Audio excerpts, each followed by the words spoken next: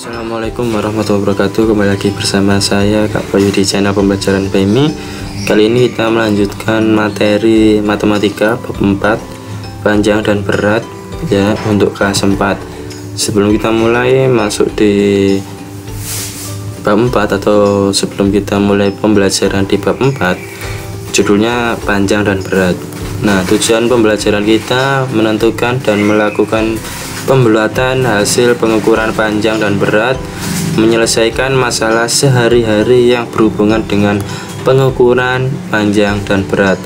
Ini adik-adik harus simak sampai habis, jangan di skip videonya karena materi ini sangat penting untuk adik-adik dan harus mudah dipahami oleh adik-adik semuanya. Kita masuk di pengukuran panjang satuan sentimeter terdekat ya. Perhatikan di sini ada gambar pensil dan ballpoint ya.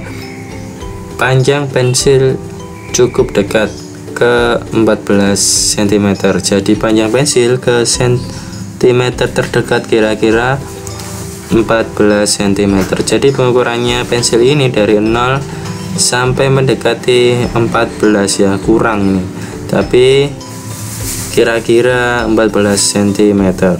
Kemudian ini ada panjang pulpen cukup dekat dengan 15 cm, jadi panjang pulpen atau ballpoint ke sentimeter terdekat kira-kira 15 cm. Ini cara pengukuran panjang kesatuan sentimeter terdekat. Jadi mendekati angka mana yang lebih, ini kan kurang dari 14 tapi mendekati angka 14, ini lebih dari 15 tapi mendekati angka 15, jadi kira-kira 14 cm dan 15 cm. Seperti itu cara pengukuran panjang kesatuan sentimeter terdekat. Kemudian kita masuk di pengukuran dengan satuan meter dan kilometer. Perhatikan, ini setiap kalian jalan-jalan atau order learning atau diajak orang tua pergi jalan-jalan, pasti kalian di tol atau di jalan raya pasti 100 meter lagi SPBU atau 100 meter lagi Indomaret atau 500 meter lagi yaitu gerbang tol apa. Nah, seperti itu ya. Untuk menuju Daan Mogot harus keluar tol kira-kira 500 meter di depan. Nah, berarti 500 meter lagi itu keluar tol ya. Pengukuran benda yang mempunyai ukuran lebih panjang digunakan satuan meter atau kilometer. Pengukuran dengan lebih teliti. Nah, ini setiap satu turunan tangga maka besarnya dikalikan 10. Jika setiap naik satu tangga maka besarnya dibagi dengan 10. Jadi kalau kilometer ke meter ini turun maka dikalikan 10 ya. Berarti kalau kilometer ke meter turun berapa? 1, 2, 3. Berarti kali misalnya 1 kali 10 kali 10 kali 10 hasilnya berapa? Nah, satuan pengukuran panjang ada kilometer, hektometer, dekameter, meter, desimeter, sentimeter, dan milimeter. Adik-adik harus tahu singkatan-singkatan ini karena biasanya keluar pada penilaian tengah semester atau Bapak Ibu guru memberikan soal yang berhubungan dengan satuan pengukuran panjang atau dengan tangga ya. Ini tangga pengukuran, adik-adik harus tahu singkatan-singkatan dari kilometer sampai milimeter.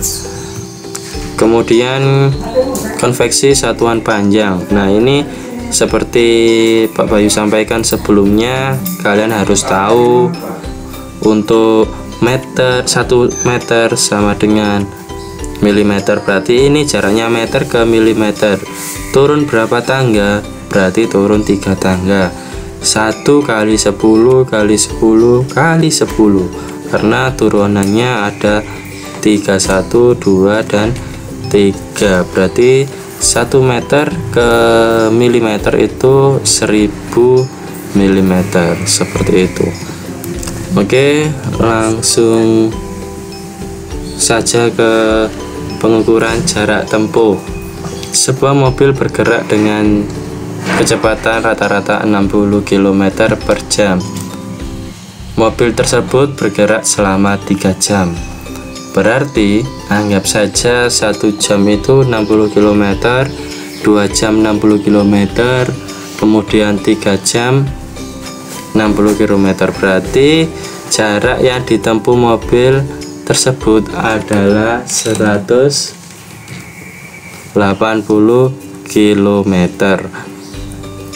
Ya, bisa dipahami dari pengukuran jarak tempuh, karena kecepatannya 60, terus jaraknya kecepatan rata-rata 60 km selama 3 jam. Berarti 180, berarti 60 dikali 3, jadi jawabannya 180 km, seperti itu. Nah, sekarang pengukuran berat. Pengukuran berat dengan satuan gram dan kilogram. Perhatikan gambar berikut ini ada seseorang yang mengukur berat badannya.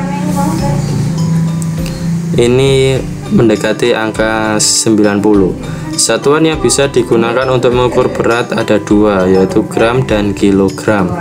Kemudian satuan pengukuran berat yang lain ini ada ton, kuintal, ya, dan sama seperti satuan panjang tadi. Kalau turun dikalikan 10, kalau naik dibagi dengan 10. Tinggal adik menyesuaikan sesuai dengan soal yang diberikan Bapak Ibu guru. Oke, terima kasih. Itu saja yang dapat Bapak Ibu sampaikan.